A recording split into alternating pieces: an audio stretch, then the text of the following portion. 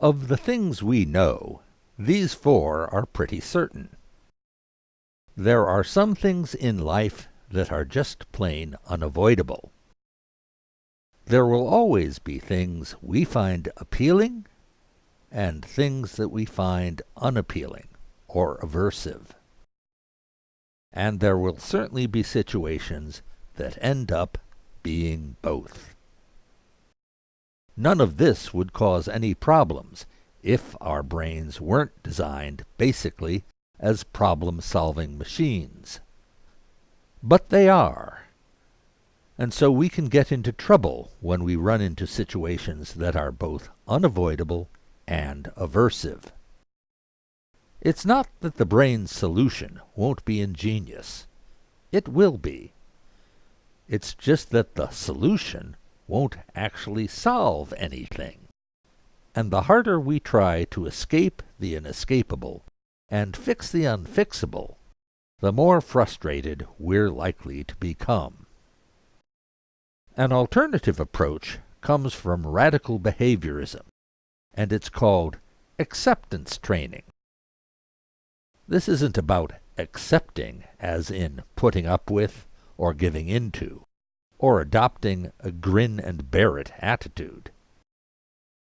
It's about finding ways to live with some of life's more obnoxious realities without letting them, and our thoughts about them, get in the way of what we really want to spend time doing. A good example is a condition called tinnitus, or more simply, ringing in the ears. If it becomes chronic, the resulting continuous racket can become maddeningly intrusive. The composer Bedřich Šmětna suffered so much from his tinnitus that he wrote the sound into a string quartet, just so that his audience could hear what life was like for him.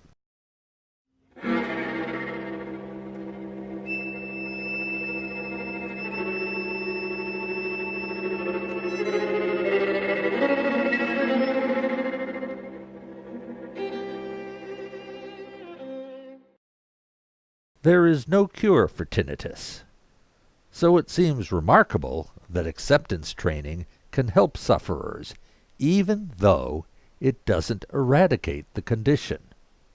The ringing is still there, but it loses its capacity to dominate life and to control or limit activities.